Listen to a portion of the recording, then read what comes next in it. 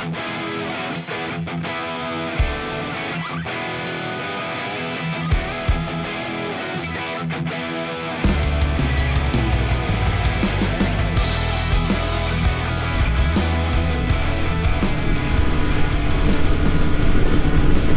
it took 3 different gas stations, but we're finally on our way here. It seems like a whole bunch of debit machines are down. It was only on the 3rd gas station that I remembered I do have cash on me, but it didn't matter because their machines were working there. Anyway, we're back on the 10 today, partially because the rear tire on the Bandit is worn out, and also because this hasn't turned a wheel in quite a while, so kind of wanted to get it moving. And on the topic of not turning a wheel for a while, I've been thinking about that recently. With the complete lack of time that I have these days for riding bikes, it doesn't really make sense to keep 5 of them licensed and insured for the road. So I think as long as I own this many, I think I'm probably going to rotate like 4 of them. Calling it a rotation isn't really fair either, I guess. There's basically 2 that I'm thinking of that just might alternate taking a year off. Obviously Tracy's 400 would be one, and the other would probably be the old Nighthawk. My plan for the Nighthawk was just to make a little cruise around town, the odd back road kind of bike. Realistically, as long as the Bandit's around, the Bandit does that like 10 times better than the Nighthawk does, so it wouldn't really hurt to park it for a year here and there.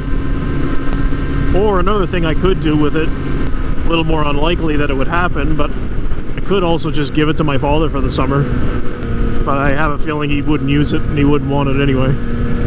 So most likely it'll take a year off if we get to that point, because I think next year Tracy's 400 will be the first to get a year off.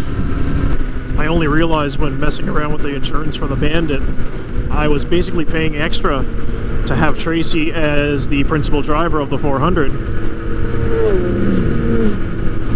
Which was kind of pointless for the last couple of years because she hasn't been driving. I knew that the bike itself was still insured, and I was fine with that because I would use it once in a while, but kind of pointless to have her insured on it also and paying extra for that. So far she's been removed from the policy. For now.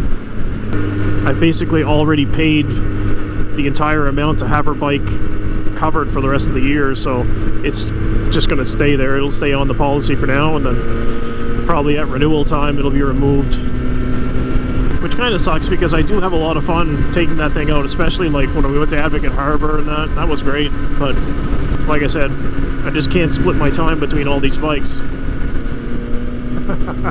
There's a dog in the back of that bike. He's got his goggles on and everything. You know, it sucks because if I did have to make some hard cuts, realistically I shouldn't have 4 bikes on the road either. It's just that at 4, you know, they all kind of serve a purpose. You got this one that I ride and have fun with. You got the Bandit that's kind of like an experiment. I want to see if I can ride it and have fun with it, you know, the majority of the time, because you never know. Something like ZX-10 might not fit in the mix in the years to come if that's the case. I'm not saying that a Bandit will take its place, but, you know, it's a test to see what could take its place if that were to happen. Then, you know, you got the toss-up between the 400 and the Nighthawk. Again, if it came down to it, both of them would get parked. Basically hanging on to one of them just, you know, for nothing, really. Just to keep them moving. And I do enjoy them. I do have fun with them. Then there's the KLX, of course. I don't spend much time using it as a dual sport these days. It's barely seen gravel this year. But I do use it as a commuter. I run back and forth to work with it all year. Basically, the amount of fuel that I save by running that thing to work, you know, justifies having it. Pays for itself. Well, I'd say it covers its own cost anyway. It's very cheap to own and operate, so it can remain for now. So yeah, if it came down to it, I could easily park 2 of the bikes. But now on the topic of selling them, that's difficult again. Tracy's Ninja, you know, I have no desire to sell that. Even though, as it stands right now, it is the most pointless bike we have, but it doesn't matter. It's selling it right now just isn't right. The Nighthawk, well, But the story behind the Nighthawk, I don't think I could ever sell it. I mean, I think at this point I'd rather have it spend another 16 years in a shed than get rid of it. And the KLX, like I said, the KLX would go if I ever replaced it with another cheap-to-own dual sport, because as of right now, it doesn't cost really much of anything to keep it. That leaves this and the Bandit. And again, that's why we're kind of in experiment mode here.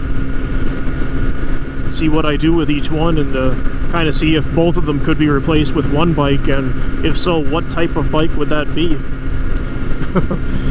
Basically, my friend was just telling me that he's getting back into bikes, and he just had a very hard time choosing what he wanted and finding the right bike for him, and he just said, man, bikes are dumb. And I said, yeah, believe me, I get it.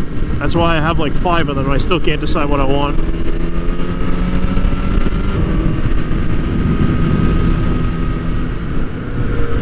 Well, this is getting real now. I'm probably gonna have to start shopping for a battery soon. Hopefully we can finish this year with it anyway.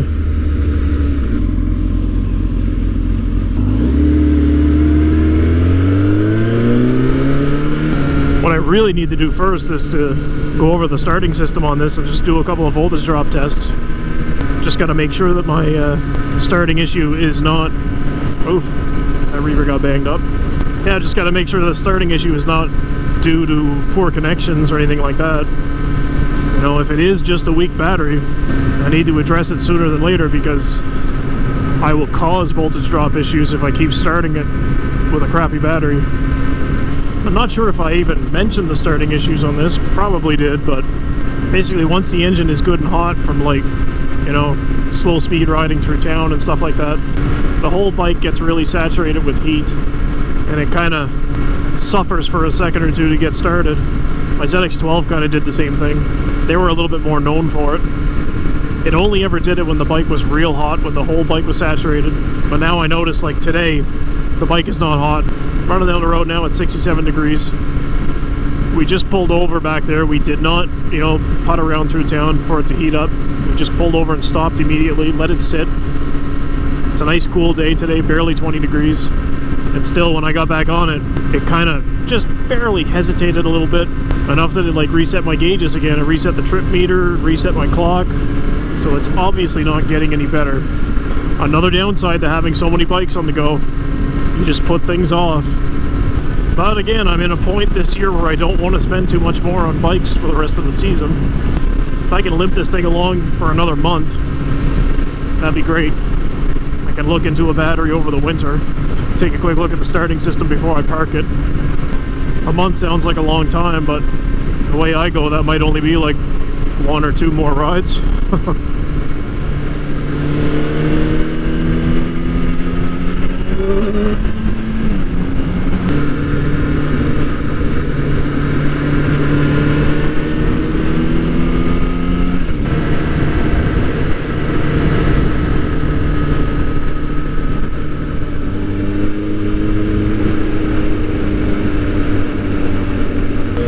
Back to Amherst again. Making a lot of these quick little in and out trips to Nova Scotia lately. Ah, they give these guys another little lane to get in here. I guess that's what the construction was. Judging by the windmills, I'd say the marsh is extra windy today. That's always fun. Back to New Brunswick.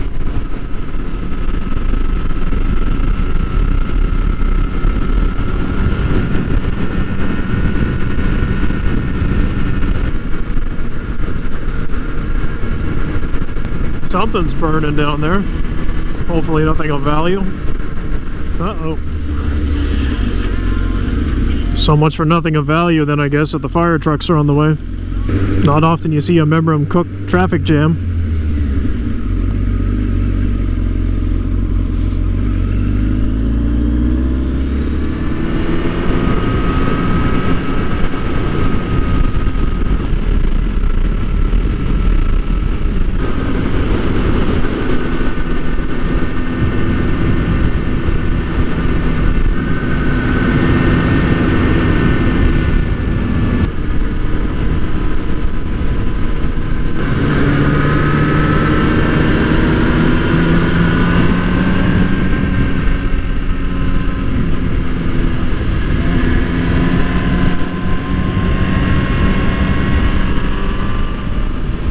I guess this will do it for another one.